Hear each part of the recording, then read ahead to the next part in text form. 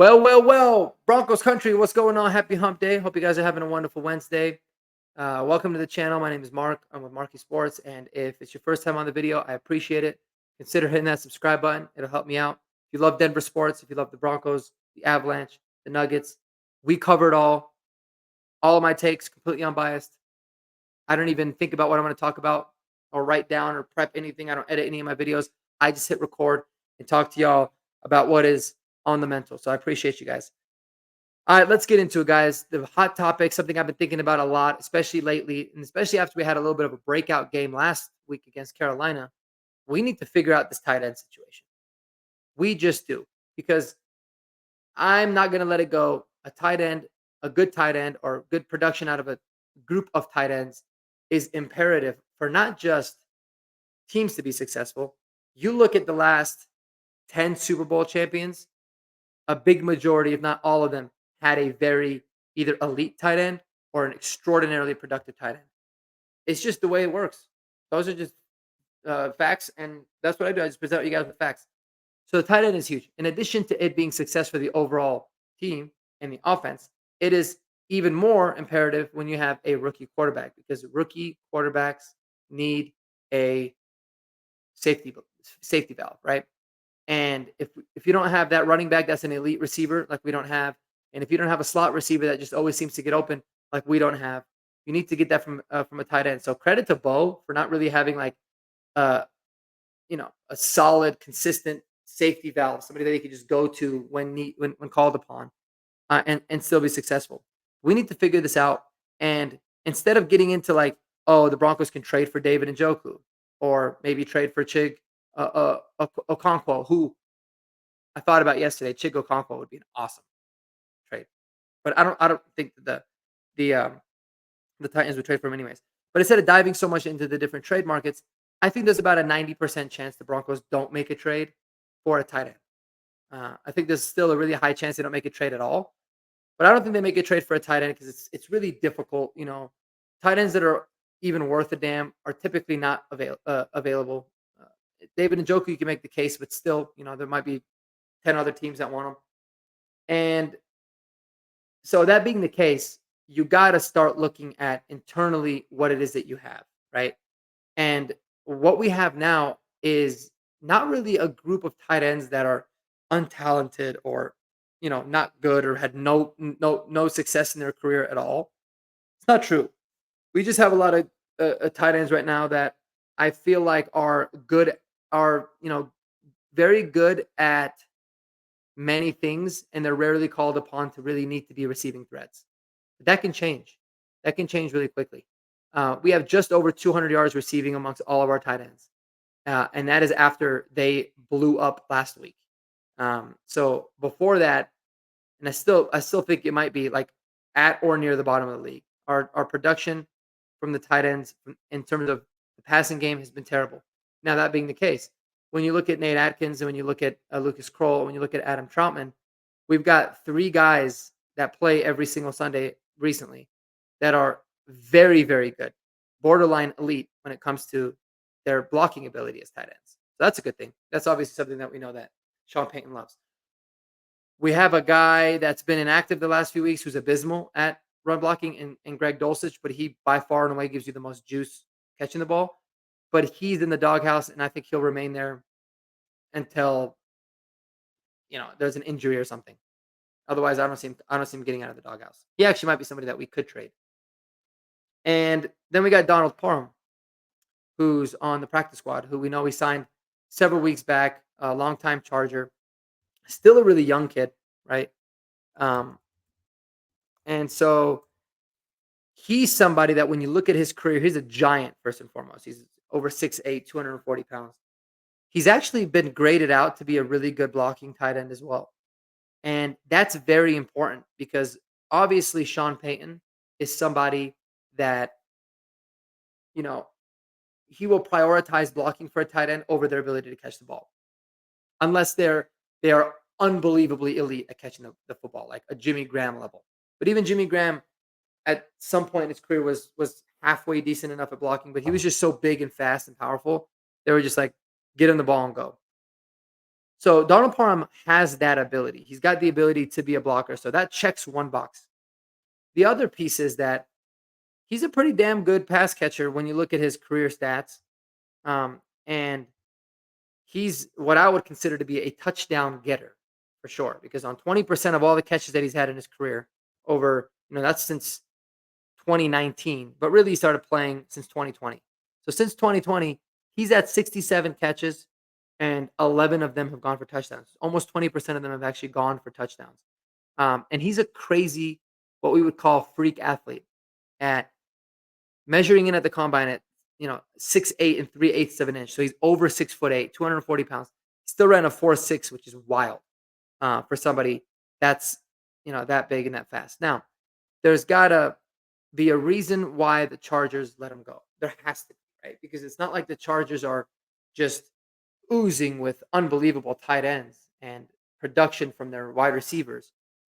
Now I get it, with John Harbaugh, with Jim Harbaugh being there, they're not going to be passing the ball a lot. They've proven to be just that. But he's a really good, like he's been a decent blocker well, he hasn't actually really been a good run blocking tight end, but he's been a good blocking tight end in the pass game, which I guess could make some sense.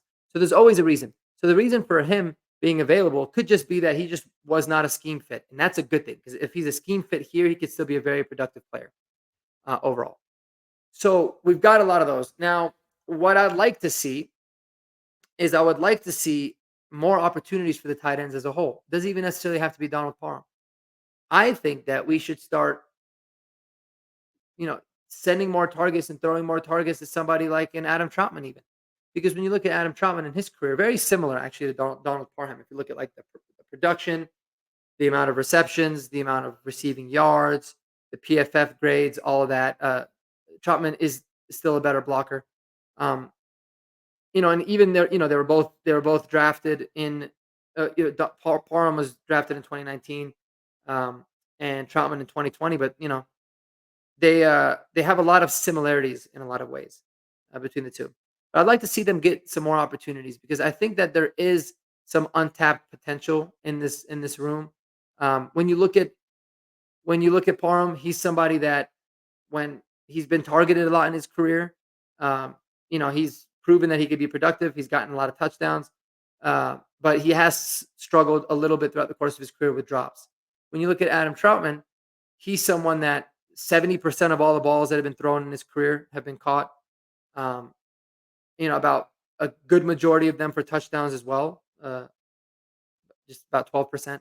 But anyways, he's got a really high. He rated really highly in what they call the catch success rate. It's way too complicated to discuss here, but it's a really good metric. And another thing about Adam Troutman is that when is that sorry he was extremely productive as a pass catcher in college. He actually came out of college as known to be. He was a third round pick because he was very good at receiving the football, and it just so happens that he was really good at blocking as well. So I don't really care which way that these guys are going, but what I know is that if these guys are targeted more, I think good things can happen. Um, the stats and the data kind of back it up. It's not like we have 1,000 targets and 1,000 games to be able to judge that off of, but we do have a very solid sample size, especially with Adam Troutman and with Donald Parham, to prove that these guys, when given an opportunity, can make plays. And so, what I would like to see is I'd like to see Donald Parham, elevated to the game day roster, um, and it might be at the expense of maybe Lucas Kroll, or might be at the expense of it's already at the expense of Greg Dulcich. So it gets a little bit tricky there, or maybe at the expense of Nate Atkins. But I'd like to see what it is that he can do because there's different elements that tight ends can bring, just sheerly with the fact that they're bigger and taller than most receivers, and they're usually getting guarded by guys that aren't as good at coverage. So it's an obvious mismatch, and it's something that makes a ton of sense. And we're gonna witness it firsthand this week, guys. Let me tell you. All right.